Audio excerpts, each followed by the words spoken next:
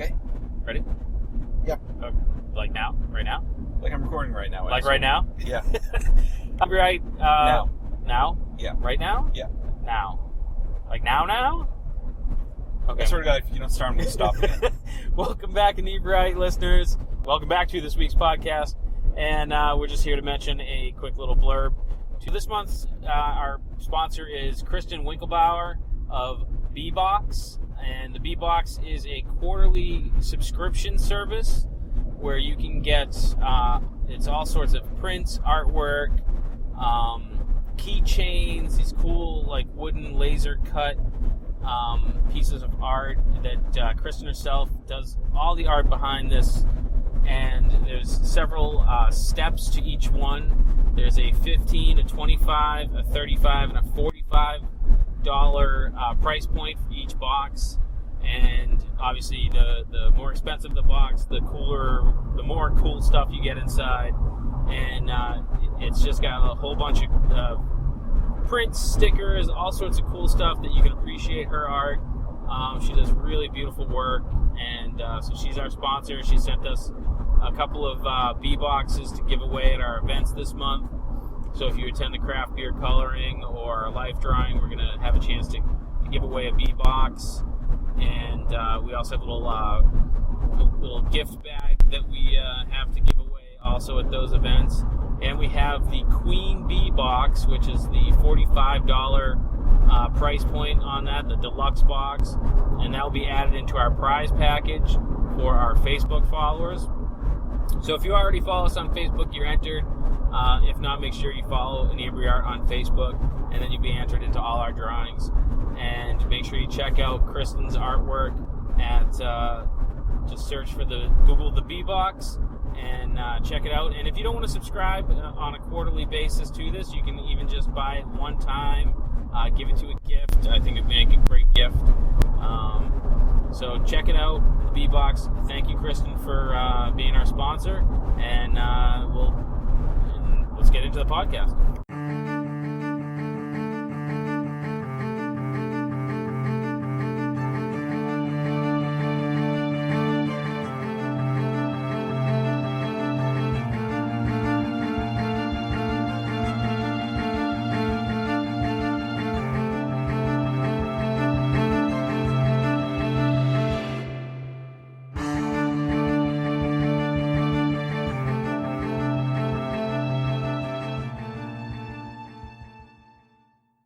All right, welcome back, Inebri-Ites. We are in the Inebri-Art limo on our way back from MassiveCon 2017 in Worcester. It is a Comic-Con put on by our friends at Double Midnight Comics in New Hampshire. If you're in New Hampshire, make sure you check out Double Midnight Comics. They have a couple of locations up there. We just completed a couple panels. The first one was the art of teaching comics. We had Christy Blanch. Well, yeah, Christy Blanch. I know her name. And Sal Otero and Nelson Faro DeCastro. They were on the panel. They were all fantastic. A lot of fun, a lot of great information that they had to give out about teaching art and exposing people to art and comic books in general. And we managed to capture interviews with all three of them. So that's going to be part of today's podcast. And we also have an interview with Megan Hutchison, who was a panelist along with Sal on the Sunday afternoon's panel, which was a sketch challenge where audience members picked out their favorite character, and then they had 5 minutes to draw their favorite character. Megan has experience in movies and comics, and she was a lot of fun to talk to, so we talked to her as well. And so it's just a little insight with these people about what they do and what they've done and where you can check out their stuff.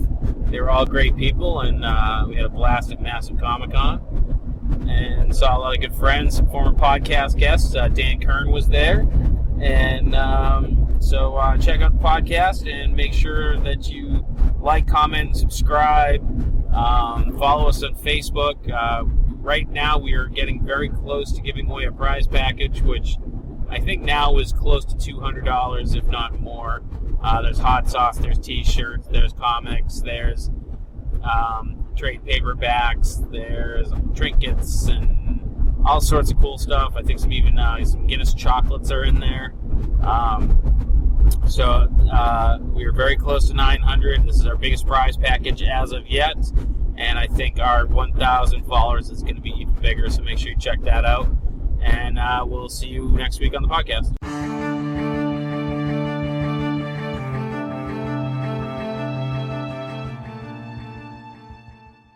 Where's the 8-track? Okay, there we go. So we're recording. Okay. And we are here with Christy Blanch. Yes. Correct. And so we had a panel yesterday together. It was the art of teaching comics. Yes. And you are a writer, comic book store owner, teacher. So first of all, did you have fun on the panel? To me, that was the most I had a important thing. great time at the panel. Awesome. I enjoyed the other panelists very much. I'd never been on a panel with them before. Yeah. Could have been on a panel with every single person in comics. But I had not been on a panel with them before. And they were wonderful. And I already have ideas. I'm like, oh, I could do this. And So steal little ideas of teaching. I stole Yeah. some teaching ideas from them. And I so- like to think of as we share them. I'm okay with stealing. Stealing ideas is totally a normal thing. But we talked a little bit yesterday, and the thing that fascinated me was you taught at a prison. I did That has teach it. become a comic book? Yes. So- I taught at several Indiana prisons from minimum security to maximum security, where they have to shut the whole thing down to move prisoners. And for about 8 years. And I didn't really mean to. It was one of those things. I was... You thought it was like a school? Well, no, I was... Schools have barbed wire. I was a grad student, Yeah. and they said, do you want to teach a class? And I was like, yeah, I could use the extra money. I'll teach it. And then they're like, okay, well, it starts Monday. And it was Friday. And I'm like, oh, okay. And they're like, wait, there's an orientation tomorrow. And I'm like, okay, that's weird, but, Yeah. all right. And they're like, oh, yeah, because it's in prison. And I was like, I'm sorry, what? Yeah. So, but I was like, whatever.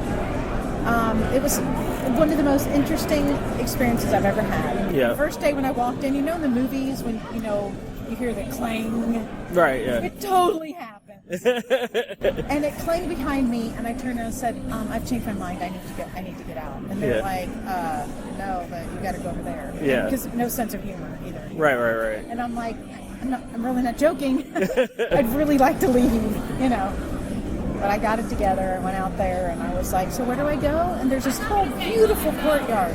It's beautiful, flowers, and I'm thinking, oh, look at this, And I'm like, where do I go? So I'm just going to walk me over there, and they're like, oh, no, budget cuts. You need to go over to that building over there. And I'm like, okay, that's fine. Yeah. Nobody's out there. All of a sudden, this little bell rings. All these people are out, and all these prisoners are out. And I'm like, oh, my gosh. I was mortified walking over there. Couldn't get through the gates. I had to walk back behind, this whole thing. I was scared to death. I've never even seen a jail at this point. I mean, it's just on TV. This is what I know is on TV. And but after I got there, and I'm like, oh, look at these, just give these people a second chance. Right. Some of them. And, Some of them. some of them are like, no, I'm a terrible person. Okay. Yeah. But I learned so much. I learned a lot about me and about, when they would ask me things like, well, what gang were you in, Miss Blanch? And I'm like, gang? Mr. Rogers' neighborhood gang. We didn't run gangs, but it's there's this whole different world that we're not used to, that we don't even, I wouldn't even think of, being a gang or die. Right. So it seems as foreign to us as it does to them. Yeah. So, and it was great. I had some of the smartest people in my classes. Some of them have gotten out, and they've sent me a note saying, hey, thank you for this. I've gotten married, or I've got this job, or I've done this, and they're like, you're doing well, and thank you for opening my eyes to this, and it made me feel really, really good. That's awesome. So, but then there were days where I was just like, I don't ever want to go back. And so then you spun that into a comic story. I did. What's that comic called? The comic is called The Damnation of Charlie Wormwood. Okay. My friend Chris Carr and I, who taught in prison, came up with the idea. They cut all the budget for the prison program. So, but Chris and I, we actually met in prison. We met in prison. You met in prison. That's awesome. I'll say that to people. Oh, yeah, we met in prison, you know. And so we would get together and have coffee and stuff, and we would talk about, you know, the stories that they would tell us. Right. Sometimes we didn't want to know the stories, but we still heard the stories. Right. And we just decided we need to do something, and he wanted to write a book, and I said, well, I've been really wanting to write a comic because I feel like I need to write a comic to, like, understand how comics work, to see how this process is. I really think that I need to do that. And he said, okay, well, let's do that. So we kind of fleshed the story out, and then he went off and got a real job, you know, and I was like, dang it, Chris. Bastard. So, we kept his name in the book since it was already together. Yeah. It's just whatever. And I wrote it, and Chi, who's in Malaysia, did the art, and it's amazing. And then Troy Kateri did the lettering. It was up on Thrillbent, and then Dynamite published it, and then there's a big kerfuffle, one of my favorite words. Kerfuffle.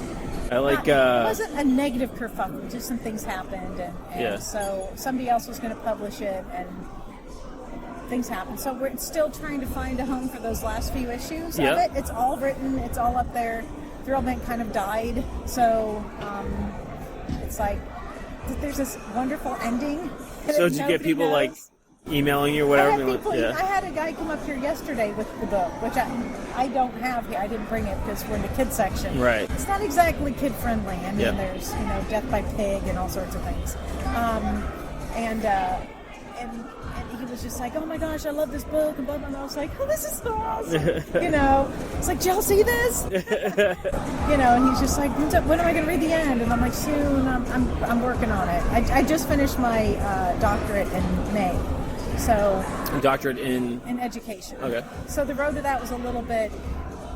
I was busy. Yeah, it's difficult. Yeah. And trying to work and write these comics and do all this. So I didn't really have time to do like the pitching and all of that that I need to do. So that's on my list for this month or for July.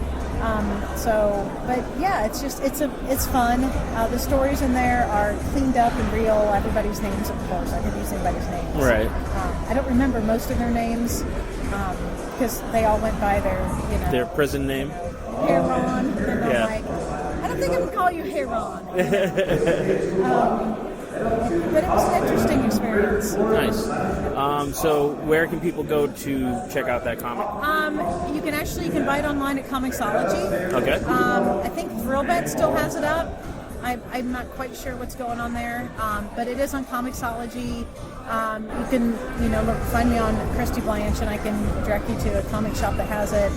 I have it at every convention I'm at, except for this one.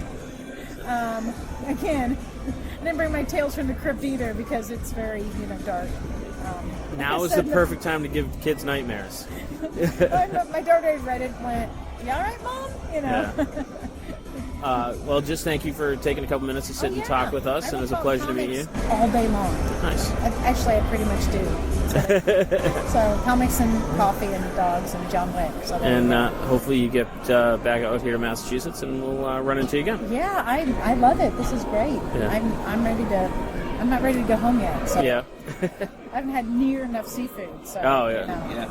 Well, see, we were talking earlier today. It's like Worcester is this weird city. It doesn't seem like there's a lot around here. I come from Plymouth, where there's 2 streets with 40 restaurants on them, and it's so much fun there.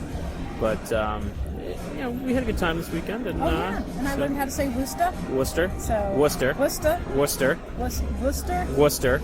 There you go. We told our guys that it was Worcester, and they needed to say that as much as possible to fit in. Yeah. And when they did, they got the funniest looks. It was great. And then they figured it out. Yeah. They're like, dang you. And I'm like, eh. Yeah, there's a great YouTube video,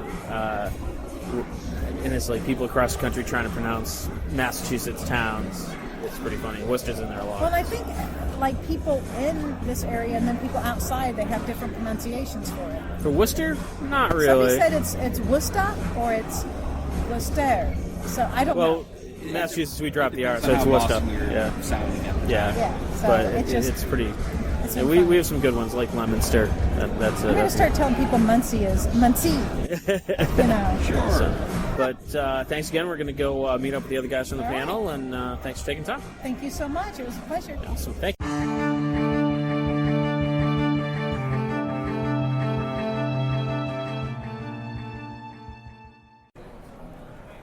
All right, so we're here with Sal Otero. Hey, how's it going? Who I was lucky enough to have at both panels that I did this weekend, and he was a total sport. Even though I gave him a hard time, he gave it right back. It was fantastic. Right. So Sal, tell us a little bit about what you've done in the comic book world. Well, I started in 2014. I released a variant cover for Teenage Mutant Ninja Turtles, and that kind of got my foot in the door. And then I released an indie book called Until We Sleep with UWS Comics, and I released issues 1 through 3 with them. And then it got me a cover with a local book in Rochester called Anthill. Before the comics, though, I did a couple of storyboards for indie films in Rochester. Oh, nice. So it kind of was like a progression. Rochester, New York. Because I know there's a Rochester, New Hampshire. So and I think Vermont. There's a lot of Rochesters. Yeah. So it was kind of a progression because storyboards is a lot like comics. Sure. So just comics are a lot more in-depth, where you got word bubbles, everything's more detailed. Storyboards are very loose. You're just taking the idea from a script and then, plotting it out. Yeah. So, how's it going, guys? So the panel that we were on was the art of teaching comics. Yeah. And you were on the kids sketch panel, and you teach comics to kids, so it seems like you're very involved with kids and mentoring them. And was there someone in your past that was kind of like a mentor to you, and you're trying to kind of replicate that, or? Well, I like kids. To me, are the future. Are you gonna start singing? No, it's just they seem to be they seem to understand what I'm throwing the most, because they like my art, and because a lot of other comic book artists, they see my art and they think it's very cartoony, right? And in the comic book world, most comic book artists like gritty, and very textured, and I'm more the other spectrum, where it's very cartoony.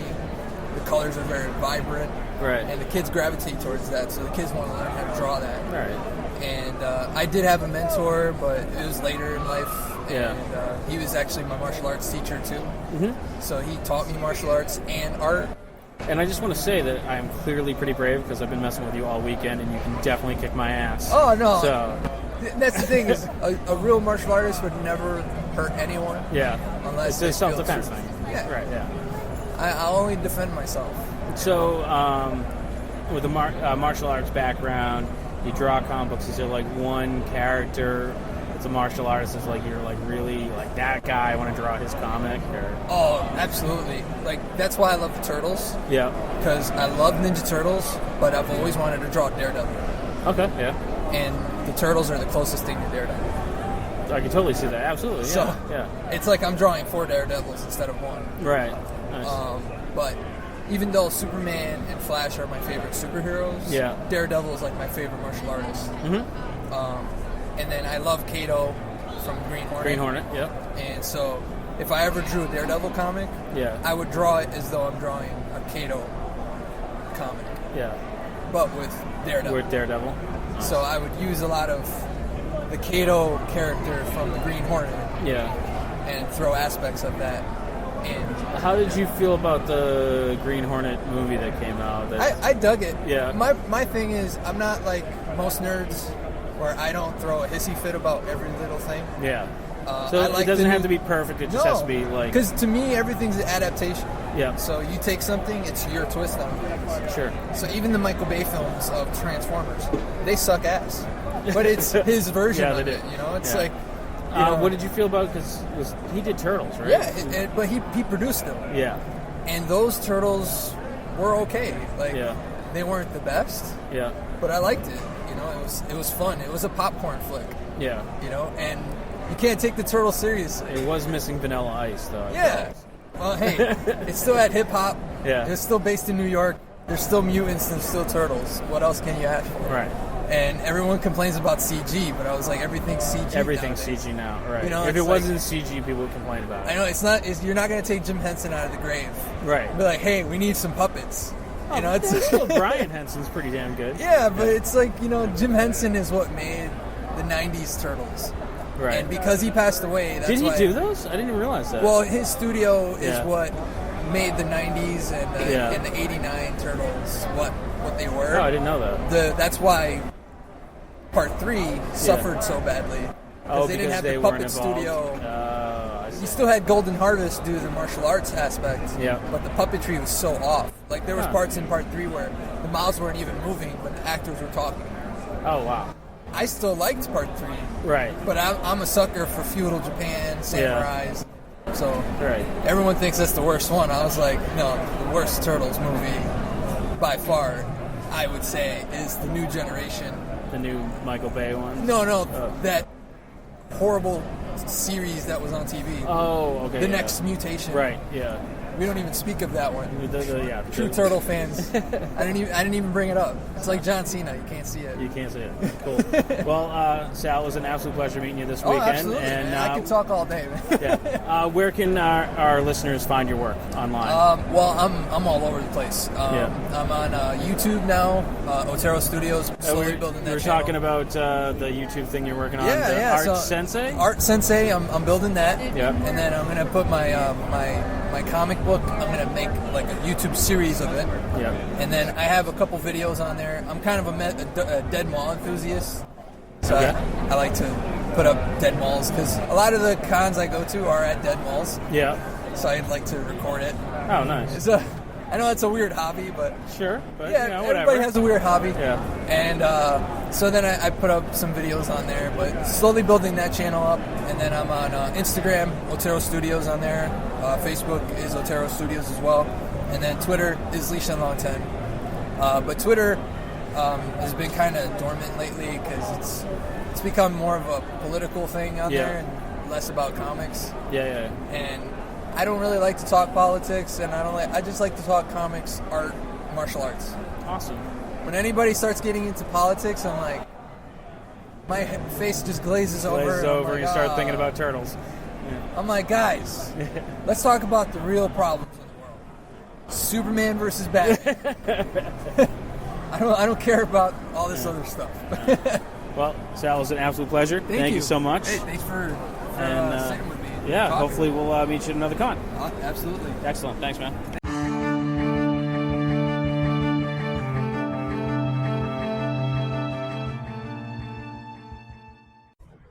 All right, so we are here with Nelson Faro DeCastro, who we recorded we didn't record the panel. We had a panel with you yesterday, and I thought it went really well. It was a lot of fun. The art of teaching comics. Yes. And we just recorded with Christy, who was at the panel earlier, and she said that we have to have you do your Christopher Walken impression. Oh, boy. She said it was phenomenal. We'll save it for All the right, end. we'll get Okay, to, all right. I was just putting you on the spot. So tell me a little bit about, you've been working in comics for 27 years? 27 years. Yeah. From Marvel. 1990, I sold my first cover to Marvel. Nice. It was actually something I did in college in my airbrush class. I had a... What was the cover for? It was for Ghost Rider number 18, which was like a really hot book at the time too, which was like surprising. I went up there on like a field trip with Gene Colan and some of the class, and I brought my portfolio with me, and I kind of asked one of the editors, like, it's a little opportunity. Yeah. So, hey, could you take a look at my stuff? So did you, at that time, did you want to work in comics? Or Of course. So you kidding? I was going to school of visual arts to do that. You know? I knew probably first year of high school. I was like, I think I'm going to draw comic books for a living. I think, I draw them better than anyone I really know. Yeah. It's what I seem to be best at. I think I'm going to do that. So, when I went to school, it was definitely my mindset on trying to do that. It wasn't I fell into it or discovered it. It was just like I was always comic drawing books all the way. Yeah, I was always drawing them since I was a kid. So, and when I showed him the stuff, I had like a painting of RoboCop that I'd done in my airbrush class, and one of the editors, I forgot who it was. It might have even been Bob Harris, or Bob Budiansky. I don't remember who it was. Said, bring me some copies of that. So I had like an excuse to go up there and bring work back. Right, so when I did that, I went and knocked out this other painting. I said, by the way, I have this. So it turned out they lost the RoboCop license. I thought they had a license for it. Yeah. And then Dark Horse had gotten it at the time, so I didn't know that. So I brought up that other painting, and they purchased it on the spot. They asked, they had Jimmy Palmiotti and Mark Texier were in the office. They were hanging out with the editor, Bobby Chase, at the time. So you happen to bring a Ghost Rider with you, Yeah, and they happened to be there, yeah. And then he said, you know what, let me take this over to Bobby. I think this might be kind of cool. And luckily for me, Texier isn't like a greedy guy who would say like, no, it's going to be a terrible cover because he wanted to, right. I think it's rate and a half when you do a cover. It's right, extra, yeah. And he was like, nah, it looks cool. And she's like, what do you think? I'm like, yeah, it would make a great cover. She's like, all right. And then they're like, go in there. They want to buy the paint. I was like, all right. So I got my first Marvel check and framed a copy of the check and with a piece and everything. And then I ended up, since I got that cover, I ended up selling the RoboCop painting to Dark Horse because they were doing RoboCop stuff. Right. So I started doing covers for RoboCop Prime Suspect, which was a mini-series. And it was the interiors were done by what's his name? He has a really cool name, almost French sounding. He's so fucking talented too. I forgot. I'll remember it by the end of the thing. Okay. I'm just blanking. Right. But, Sure. Yeah. He's a really talented guy. He uses a lot of powerful black and white. His improvement over the years has just been like just amazing. It's John Paul Leon, and so I started actually just doing covers for Dark Horse then for a while, and then back and forth every now and then with Marvel or here and there. So, and that was kind of what started the career. I was still in school actually, just doing. While you were in school, yeah. So I would do like those covers. Were you in school my in New class? York? Yeah, in New York at the School of Visual Arts where I teach now. So I'd like do these in my airbrush class and get paid for them. So that was really cool. So you got credit for it, and I got paid. You got paid. Yes, that's pretty sweet. That's great. Yeah, I was very so happy what was like the high watermark where like that one comic that you landed that you're like, holy shit, I'm working on. You know what? There's so many interesting moments that I've had in comics over the years, and I had a lot of things come to me pretty quick. You know, like you can't say I didn't pay my dues, but right, like I was very fortunate to get a lot of things that a lot of people couldn't get. And I was working at Marvel while still in school. I didn't really have to work for the indie publishers, although I was planning during school. I went out and really worked hard to find all the publishers that weren't big names. Yeah. Find their addresses, send them sample scripts, or so you just Googled it, right? Yeah. Well, we didn't have Google at the time. I had to go to the shop and actually buy the like, comic. What's this black and white comic, but it's got a cool color cover, right? And they got a bunch of other issues of other things. So they're publishing. So they're they're putting out stuff. So I buy those, and I bought. So I had about 20, 25 of them, and got their addresses, and sent them copies of my work. And I would love to work for your company. And one of them had like the Planet of the Apes license, which I thought that would be a cool book to work on. Was it Topps? I know Topps had it for a while. This was way before. This was like 1989 or something like 1988. It was like Calico or something, like some sort of really unknown, or Eclipse, or I don't even remember. So I was like, chasing that stuff down when the Marvel stuff kind of happened. So I got really kind of lucky. But then not too long after school, I got to do my own book at Dark Horse called The Eudaimon. And I got to... Did you write that? I wrote it, penciled it, inked it, painted the covers for it, created the characters, did all the character designs. The only thing I did not do was letter it and color it. Yeah. Lettering is done by a very talented guy named Steve Dutro, and colors are done by a fellow named Frank Lopez, who did all the miniseries stuff. And that was really cool. I mean, my first story, I had like 3 8-page stories that appeared in Dark Horse Presents, and the next story after mine was like a Mobius story. Oh, wow. That's pretty awesome. Yeah, which had like a violent rape scene in it too. Just like it was some avant-garde French comic, but there was like a brutal beating rape scene. I remember my mother going, "What's this?" Just don't read that one. I'm like, "It's French. Just let it go. It's avant-garde." Did you have kind of like shock moment when you found out you were going to be like right next to Mobius in a book? I didn't even know until it came out. I didn't know what other stories were being printed with it. I don't. Maybe I've read it in like a little solicitation and previews, but I can't remember. But it was just cool to get these characters out there. I own them, and it's a little precursor to the miniseries, and that's very rare. I mean, I remember going to like Randy Stradley, and I had some paintings done, and I said, "Hey, I got this comic book character, and I'd like to do a miniseries," and he's like, "I'm sold." Like that. He just said that, right? And I was like, "Well, here's some designs, you know," and he's like, "I'm sold." Well, I'd like to maybe do it. He's like, I'm like, okay, I'm just going to shut up now. Yeah, I'm not going to talk you out exactly, of it. Yeah. So that was really cool. And funny part is it launched, like, pretty much the month comics tanked in the 90s. Yeah. You know, like, but the funny thing is what were horrible, sad, embarrassing numbers, 35,000 copies at the time. It's like now, like that's a good number. That's if a you're lot, doing 35,000, it's like it's a hit book. But back then, it was a nightmare. You know, Yeah. we were hoping for 80,000, 90,000, something like that. But did you have a variant chromium glow in the dark No, cover? I guess not. You know, and that only works with established characters anyway. You know, but it was still really cool. I got my characters, my book, my thing. Nobody changing it. No one telling me I can't do this. And like a lot of people will never get that, a major publisher to do their character. It was also a different time. You know, there's a lot of talent out today that can't get that stuff going. It's not because they're not talented or their concepts aren't good. It's just there's different. X amount of stuff in the marketplace today. Everyone's fighting for that market share. You know, so it's harder to make that kind of buck. So it's harder for those guys to greenlight those things. So it was kind of a good time, even though if it launched like a month earlier, like literally, they would have been like, all right, let's do another series. But like it was just sadly, you know. But so if our listeners wanted to check out your work or anything that you're working on, where can they find you? Well, right now I just got on Instagram. Yeah. My ex-girlfriend kept bugging me like, you have to be on Instagram, stupid. And I was like, I guess you're right. And I never really had a website up. I worked with a person for a while on it and never got finished. So if you go to like my Facebook page, I have a My Artwork thing, and you can kind of check out some paintings and stuff there. Yep.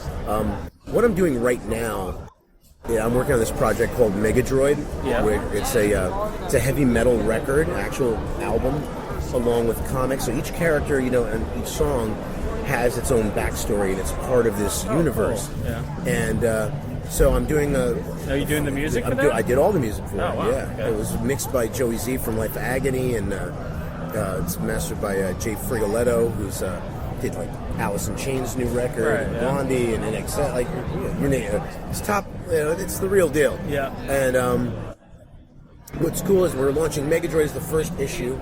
Then it's kind of the central character, but all the characters in the songs are part of the timeline, either in or out of sequence, so it all ties together. So you can actually go to freemegadroid.com, and you can actually, because we're going to do a Kickstarter probably like next month or so. Yeah. And Marvel's giving away one of the songs on Marvel Online. Oh, that's Because one of the songs didn't match, but I liked it. It was called Arms of the Hydra. Yeah. And, you know, I always love the Hydra guys because they remind me of those James Bond villains. Sure, you know, training in an underground volcano with flamethrowers and karate, you know. Yeah. And so I liked the song a lot, so I kept it on the record even though it didn't. Because I have some other songs that I don't own the licenses to. Like all the characters I do in the other songs, I own the likenesses and what they look like visually much as well as the song. Right. So, but Hydra, of course, I can't. And but I liked it, and they were like, let's give it away on Marvel.com, and I was like, all right, you know, it's a great promo thing. So you can actually go to freemegadroid.com and hit on that Hydra link, and you can download the song. It's not finished yet, the record, because I need to get the funding to, for the mixing and master, which is like $10,000-$12,000. It's a lot of money, to even though I did everything, like a few things I can't do that I like to leave to the pros who have the magic ears, but there are a couple that are finished that you can hear. Attack of the KT-88s and Arms of the Hydra you can download off the site. So, and then right now I'm just getting to finish the comics, so we'll have comic sample pages there, and the Kickstarter will start soon. Then you can check out this old video explaining the whole concept, and so I'm even bringing some of the Udaman characters that I never got to launch years ago into this new comic, so they're part of the universe too. So I'm bringing those guys back. Awesome. So it's going to be pretty cool, and it's shaping up to be really excellent. The songs are really good, and So if you like Metallica or Judas Priest or something like that, you'll like this. It's that kind of like middle of the road metal. It's not that Cookie Monster vocals or anything like that. There's actual singing on it, you know. Nice. But that's a project I've been working on as of late. The last project I did was with DC. I was inking the new Lobo series over Riley Brown, and I kind of carpal tunneled pretty bad. Yeah. So when I decided to do the Megadroid thing, I knew I could just kind of do that at my own pace. Right. And I need to get surgery before I get back into doing like a monthly comic, especially since I teach 2 days a week. Right. And I have 3 days a week, work week, to do, you know, what I would normally do in 5 days. Right.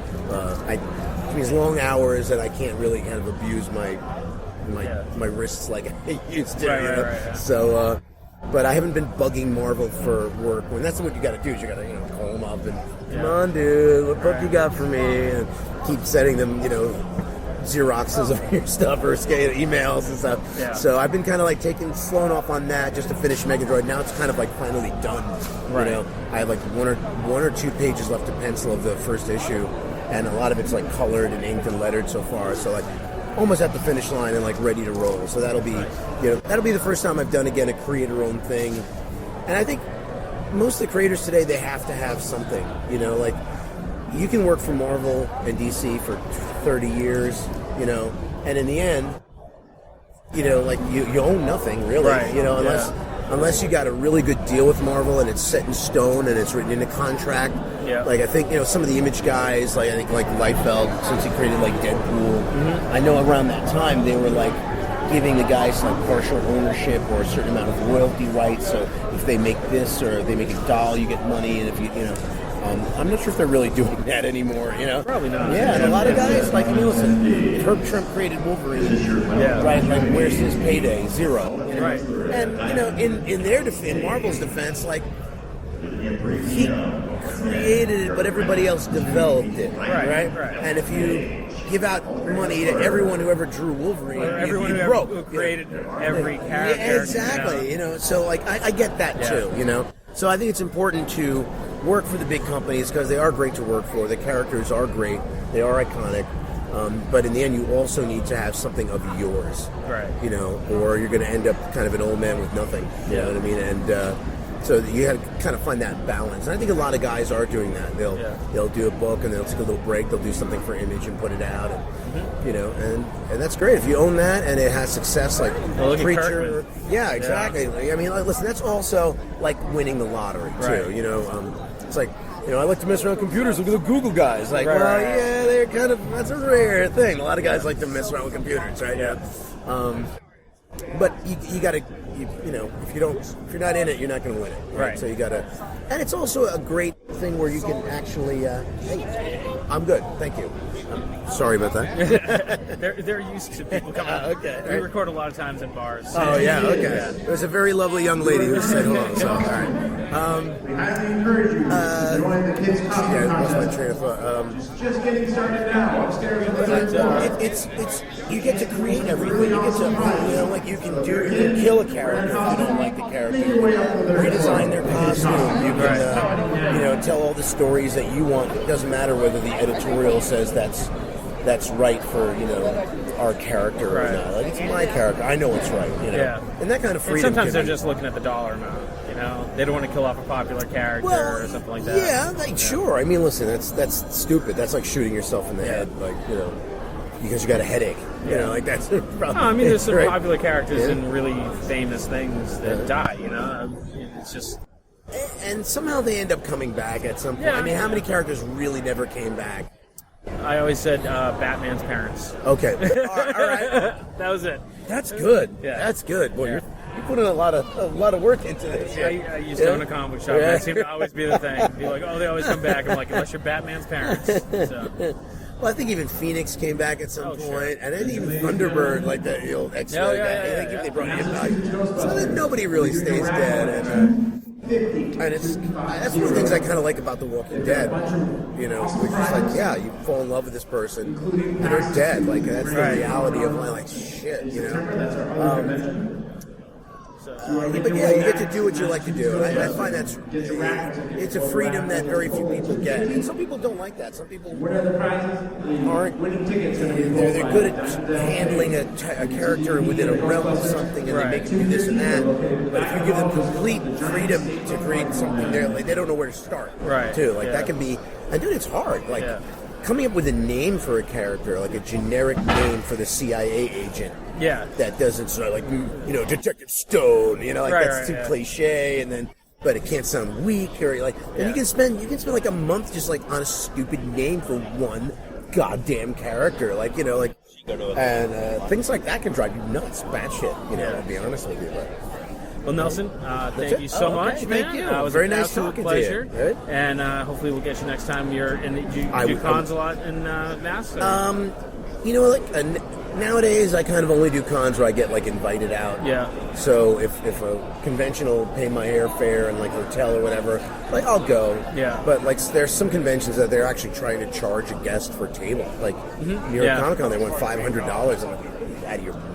Right. I'm going to pay you $500 so you can get more people to come in. Like that's not going to happen. Right. Plus, I have to take off 3 days of work to pay you to give away my art for free just to make my money back to zero. Right. No, that's not going to happen. Well, we're going to keep an eye out for you. If you do come back out, I would love to. definitely, Like if there's check a in. Boston Comic Con, right? Yeah. And what other ones are? Rhode Island. Rhode Island. I'd Yeah. love to. Like if you're listening, organizers, just find me on Facebook. Right.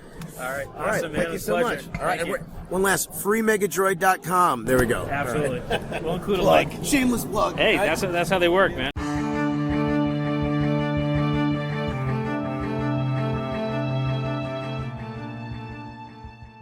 We are here with Megan Hutchison, who we just finished a panel with, and she spectacularly did not win. But, I failed in a ball of flames. But I feel like that it was the wrong audience for you.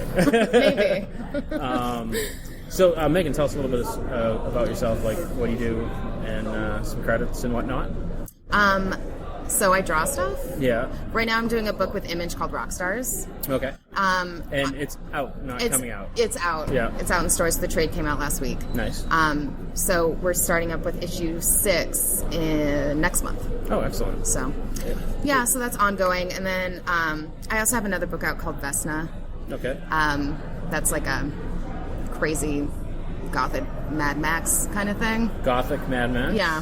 Nice. Okay. So that's also out. And then I'm working on a couple of projects that haven't been announced yet. Right. Everyone seems to have those, like, I can't talk about it. Yeah. Kind of things. Nice. Yeah. You also said you worked in the movies, so what did you do as far as that? I used to be a production designer, so I used to design movies, and I worked for about 10 years doing that, and mostly commercials, a little bit of TV, and then indie movies. What made you leave that for comic books? Comic books are more fun. Yeah. I mean, it's definitely not the paycheck. Right, yeah. No, but it's more fulfilling, like especially creatively. Mm-hmm. Like, when you're making movies, you have budgets. When you're making comic books, you don't. All you have is time. That's your only budget. Okay, yeah, right. And I suppose if you need something, you don't have to manufacture it. You can just draw it. Yeah, exactly. So more free reign to kind of do whatever I want. Nice. For better or worse. Yeah. Apparently. And so you said this is your first trip out to Massachusetts for Comic-Con. What other Comic-Cons have you done? Well, I'm in California, so I do all the West Coast. San Diego. San Diego. And then like all the way up, so Emerald City, Rose City. But I just started doing East Coast shows, so I was in DC last week. Oh, nice. Are you going to do Boston and Rhode Island? Or? I don't think so. No? I might do New York. Yeah. I'm talking to Boston and Rhode Island are pretty big. I heard Boston was really good. Yeah. So, we'll see. Nice. I haven't planned on it yet. Yeah. So how are you enjoying your East Coast adventure? I love the East Coast. Yeah. I mean, I've spent a lot of time in New York. Yep. But I've never gone up this way. And I love history, so I'm a big history nerd. Yeah. So anywhere and that's the thing that we lack in California. That's why you're so fascinated about Plymouth. Yes, exactly. No, but in California, it's like I live in a loft, and it was built in 1923, and it's like, oh, it's so old, and it's like on the East Coast. I mean, it's just like this is where people live. Like no one lived out where I lived, right? And so there's just like the history and all the infrastructure and all that stuff is just, it's so interesting, and everything's so small out here. Yeah. I mean, live it's walking distance from the oldest standing house that Pilgrims actually lived in. See, that's amazing. Yeah. That's so cool. It's pretty neat. Yeah. So you said you had a blast on the panel. I did. It was a lot of fun. I think you guys did It was great. fun. And there were a couple kids that really liked my stuff. Yeah. They were the darker kids that like horror movies, so that makes a lot of sense. Your stuff definitely seems to be more gothic. Yes. What brought you to that aesthetic? Like, it's just always been Growing up in a conservative household. Yeah. Yeah. Because my daughter definitely leans towards. Oh, really? But she does not live in a conservative household at all. But she's very much a Nightmare Before Christmas kid. Good. That sort of thing. Yeah, that's awesome. So, and she's also an artist. So, if there was do you feel that being kind of that gothic aesthetic is harder, especially in the comic book world? No, there's definitely a niche for it. Yeah. Yeah. Especially for females. I feel like it's, you were saying that your daughter's into this stuff. I feel like girls in particular are kind of more drawn to the macabre. And I grew up reading horror books and stuff when I was a kid. Yeah. And I don't know why. I mean, it's just this just the shit you're drawn to. Right. And I think it's an outlet, especially for females. Obviously men are into it too. Right. But I think for women in particular, there's just something about it. It's romantic and mysterious, and I think women are drawn to that. It's that tall, dark stranger kind of thing? Yeah. So what is your favorite horror macabre book or movie or... Oh God, I have so many. It kind of depends on my mood. Although I did just rewatch Crimson Peak, which was totally underrated. Oh, that's Guillermo del Toro. Right. So it was it bombed in the theaters. Yeah, I never which is saw insane. it. Oh my God, it is so beautiful. And and Tom Hiddleston's in that too, right? Yeah. Yeah, he is. Yeah. He sure is. But no, it's beautiful, and it actually kind of goes back to original Guillermo. Devil's Backbone is one of my favorite movies. Okay. And it's just it's a ghost movie, Yeah. which are the best. And it's just creepy and beautiful and amazing. Nice. And Tom Hiddleston. Yeah, if that's your thing. Boy. He's a good-looking man. I mean, everyone can agree on that, right? I don't, He's not your type? I don't get it. Really? I don't get it at all. Oh my God. There's guys that you can look at and you go, I understand why chicks dig him. But him, I just thought he was weird looking. I don't know. My favorite is Benedict Cumberbatch. Yeah. And that's the same. He looks like an alien. I can see that. Oh my God. The things I would do to that man. Yeah. Am I allowed to say that? Yeah. Oh, yeah. This is not a kid's podcast. Okay. No. Shit, I forgot what I was going to say. So we're glad you stopped by and talked to us. Gave us some recommendations, and if you're ever back in the area, we'd love to have you on for a full episode. Yeah, for sure. Absolutely. So we'll keep our eyes on Comic-Cons, and thank you. You're the first person to ever compliment my panel You ability. were so good. Thank you. I mean, I'm sure it helps having children. That's the other thing, is I'm terrified of children. Yeah. I don't have any. I have a dog. But I don't know how to interact with them. I'm little person. My behind the ears, taking for a walk. It's the same thing. Oh, okay. Yeah. They pee in corners. I sometimes. assume I don't have any kids. So Okay. But I have unusual kids, so I don't think they really. They don't fall in that category. No, they're interesting. Yeah. So I'm glad you're having a good time at the con. Yeah, and thanks for talking to us, and we look forward to find out what those secret projects are. Yeah, hopefully soon. Excellent. Thank Cool. you. Thanks.